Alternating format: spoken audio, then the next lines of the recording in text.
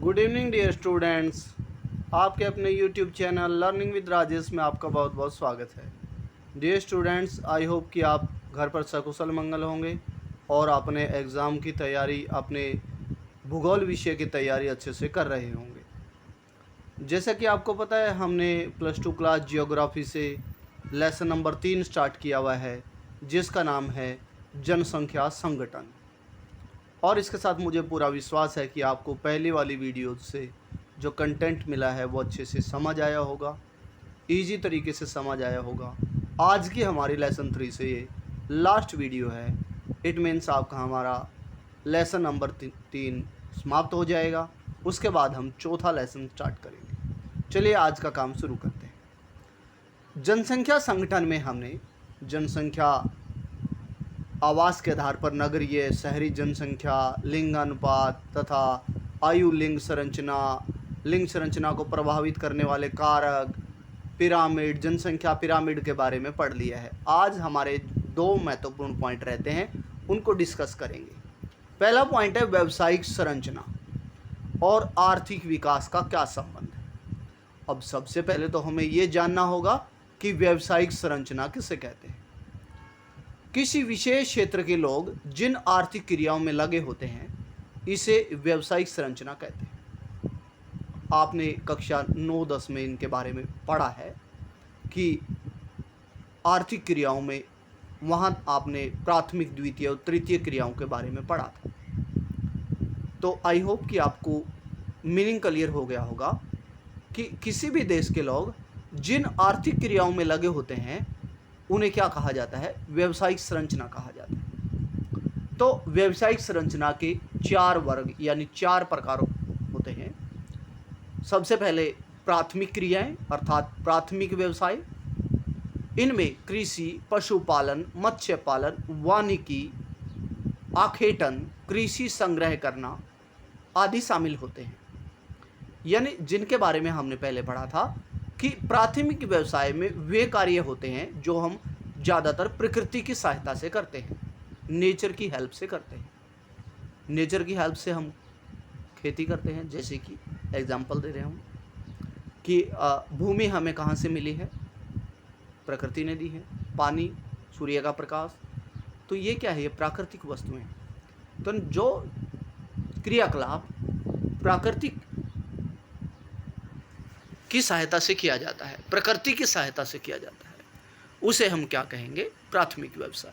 दूसरा द्वितीय क्रियाएं यानी द्वितीय व्यवसाय। आपको पता है कि द्वितीय व्यवसाय में विनिर्माण उद्योग आता है, यानी मैन्युफैक्चरिंग इंडस्ट्रीज आती है, जिनमें हम क्या करते हैं, कच्चे माल को मूल्यवान वस्तु में बदलते हैं। यानी इंडस्ट्रीज जो आती हैं वो द्वितीय क्रियाकलाप में आती है।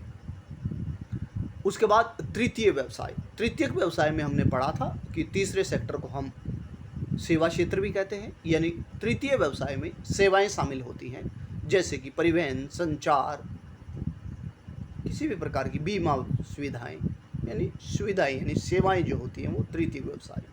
उसके बाद चतुर्थक व्यवसाय, ये आपने कक्षा 10 तक नहीं पढ़ा था। तो चतुर्थक व्यवसाय कौन सा होता है, फोर्थ ऑक्यूपेशन कौन से होते हैं, जिनमें हम चिंतन, शोध कार्य यानी रिसर्च एप्टीट्यूड जिसमें शामिल होता है, यानी जिसमें बौद्धिक कार्य शामिल होते हैं। जैसे आप बौद्धिक तौर पर किसी को मार्गदर्शन कर सकते हैं, यानी गाइड बन सकते हैं, किसी को सलाह दे सकते हैं, किसी बात पर चिंतन कर सकते हैं, कोई रिसर्च कर सकते हैं। तो ऐसे क्रियाकलापों को हम चतुर्थक व्यवसाय में शामिल करते हैं। आई होप एग्जाम्पल से आपको अच्छे से समझ आ गया। इस प्रकार आपने पढ़ा व्यावसायिक संरचना क्या होती है, व्यावसायिक संरचना के कौन कौन से भाग होते हैं। फिर हम जानेंगे लास्ट पॉइंट इसी पॉइंट से कि व्यवसाय और यानी व्यावसायिक संरचना का और देश के विकास का क्या संबंध होता है। तो हमने जाना जिस देश के लोग प्राथमिक क्रियाओं में ज़्यादा लगे होते हैं, प्राथमिक व्यवसाय में उनका विकास कम होता है। जैसे हमने देखा भारत के ज़्यादातर लोग प्राथमिक क्रियाओं में लगे हैं, जिस वजह से भारत का अभी भी विकास कम हुआ। लेकिन जिन देशों में द्वितीय, तृतीय और चतुर्थक क्रियाओं में लोग ज़्यादा लगे होते हैं, उनका विकास ज़्यादा होता है, जिसके हमने कहा कि जो देश विकसित देश होते हैं उनमें लोग इन्हीं क्रियाओं में ज़्यादा लगे हुए होते हैं। आई होप 5 मार्क्स का इम्पोर्टेंट पॉइंट, 5 मार्क्स का जो है 5 मार्क्स का पॉइंट आपका ये क्लियर हो गया कि व्यावसायिक संरचना क्या है, व्यावसायिक संरचना के कौन कौन से भाग हैं, विकास का और उसका क्या संबंध है। चलिए आगे बढ़ते हैं। उसके बाद अगला पॉइंट है साक्षरता। साक्षरता किसे कहते हैं और साक्षरता को प्रभावित करने वाले फैक्टर कौन से। साक्षरता क्या है? जनसंख्या की गुणवत्ता यानी विशेषता है। और हमने बिल्कुल पाठ की शुरुआत में पढ़ा था कि किसी देश की जनसंख्या की विशेषताओं को हम जनसंख्या संगठन कहते हैं और जिसमें हम बहुत सी चीज़ों का अध्ययन करते हैं। साक्षरता भी उनमें से एक है। तो लिखने पढ़ने की योग्यता मोटे तौर पर साक्षरता कही जाती है। यानी कोई भी व्यक्ति लिखना पढ़ना अगर जानता है तो इसका मतलब वो साक्षर है।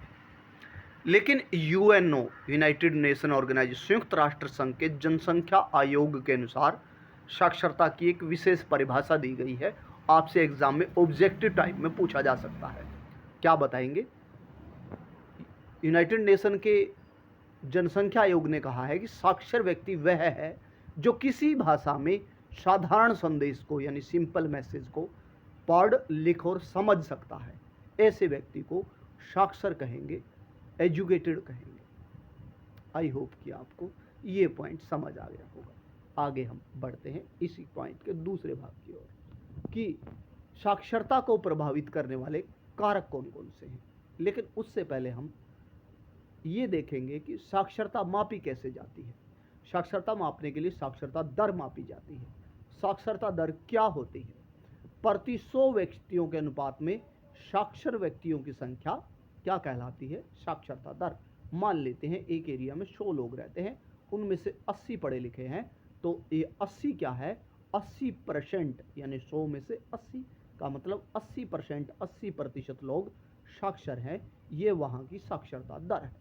आई होप कि एग्जाम्पल से आपको अच्छे से समझ आ गया होगा। आगे बढ़ते हैं। साक्षरता को प्रभावित करने वाले कारक कौन कौन से हैं? तो पहला कारक है विकास। कहते हैं कि जिस देश का विकास ज़्यादा होगा साक्षरता दर ज़्यादा होगी। अब आप कहेंगे ऐसा क्यों? क्योंकि अगर विकास होगा तो शिक्षा सुविधाओं का भी विकास होगा। अच्छे अच्छे स्कूल, कॉलेजेस, टेक्नोलॉजी शामिल की जाएगी शिक्षा में और ऐसे में क्या होगा? देश में साक्षरता दर बढ़ेगी। नगरीकरण भी साक्षरता को बढ़ाता है। अगर देश में नगर यानी शहरों की बढ़ोतरी हो रही है तो ऐसे में क्या होगा? क्योंकि आपको पता है शहरों में शिक्षा सुविधाएं ज़्यादा होती हैं। अगर शहर बढ़ रहे हैं देश में तो क्या होगा? साक्षरता दर भी बढ़ेगी। उसके बाद समाज में महिलाओं का स्तर। अगर समाज में महिलाओं का स्तर ऊंचा है तो साक्षरता दर ज़्यादा हो जाएगी, क्योंकि महिलाएं ही बच्चों को पढ़ाने में ज़्यादा रोल प्ले करती हैं। और अगर महिलाओं का स्तर ही निम्न होगा, जैसे हमने गांव में देखा होगा कि महिलाओं का स्तर, सामाजिक स्तर यानी उनकी ज़्यादा इम्पोर्टेंस नहीं समझी जाती, तो ऐसे में क्या होगा? अगर महिलाओं का स्तर ही निम्न है तो साक्षरता दर कम होगी। तो आई होप कि आपको ये पॉइंट समझ आ गया होगा। अगर महिलाओं का स्तर उच्च है तो साक्षरता दर बढ़ेगी, महिलाओं का स्तर अगर समाज में निम्न है तो साक्षरता दर कम रहेगी। और संचार के साधन, संचार के साधन जैसे कि आपने देखा चाहे टीवी, रेडियो, समाचार पत्र, टेक्नोलॉजी, यानी संचार के साधन अगर अच्छे होंगे देश में तो साक्षरता दर अच्छी होगी। क्योंकि आपने देखा संचार के साधन में परिवहन भी आता है, हमने पढ़ा। ये अगर ये व्यवस्थाएं अच्छी होंगी तो लोग अच्छे से लिख पढ़ पाएंगे। मान लीजिए आपका गांव इतनी दूर है कि उसमें परिवहन सुविधाएं नहीं है, तो माँ बाप क्या करेंगे? भाई लड़की है, लड़का है, आने जाने में प्रॉब्लम होगी तो उनको पढ़ाते ही नहीं है। यानी संचार सुविधाएं अगर अच्छी होंगी तो साक्षरता दर ज़्यादा होगी देश की। सरकारी नीतियाँ, यानी सरकार की नीतियाँ कैसी हैं वो भी साक्षरता दर को प्रभावित करती है। अगर सरकार साक्षरता को लेकर जागरूक है, लोगों को पढ़ाने लिखाने के लिए नई नई नीतियाँ ला रही है, तो ऐसे में क्या होगा? देश की जनसंख्या ज़्यादा पढ़ पाएगी। अगर सरकार ऐसा करेगी कि मान लीजिए इस गांव में बच्चे पढ़ने लिखने वाले नहीं हैं, यानी प्राइवेट स्कूल में ज़्यादा जाते हैं, ये सरकारी स्कूल हैं, इनको बंद कर दो, तो ऐसे में क्या होगा कि जो गरीब बेचारे हैं वो कहाँ जाएंगे, अनपढ़ ही रह जाएंगे। यानी कहने का मतलब है सरकार की नीतियाँ साक्षरता दर को प्रभावित करती है। उसके बाद लास्ट पॉइंट है लिंगानुपात और लिंगानुपात घटने के कारण।